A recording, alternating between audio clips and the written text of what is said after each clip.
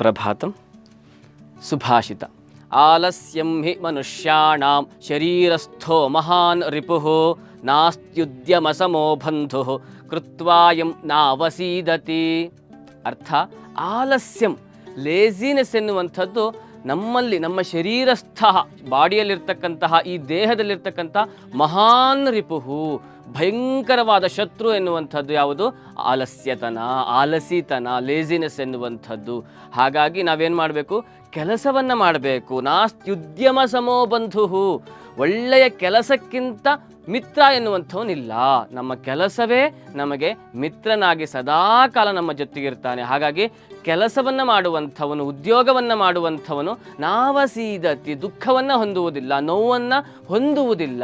ಹಾಗಾಗಿ ಸದಾಕಾಲ ಕರ್ತವ್ಯವನ್ನು ಮಾಡಬೇಕು, ಕೆಲಸವನ್ನು ಮಾಡಬೇಕು. ಆಲಸಿತನವನ್ನು, ಲೇಸಿನೆಸ್ಸನ್ನು ನಾವು ಬಿಡಲೇಬೇಕು.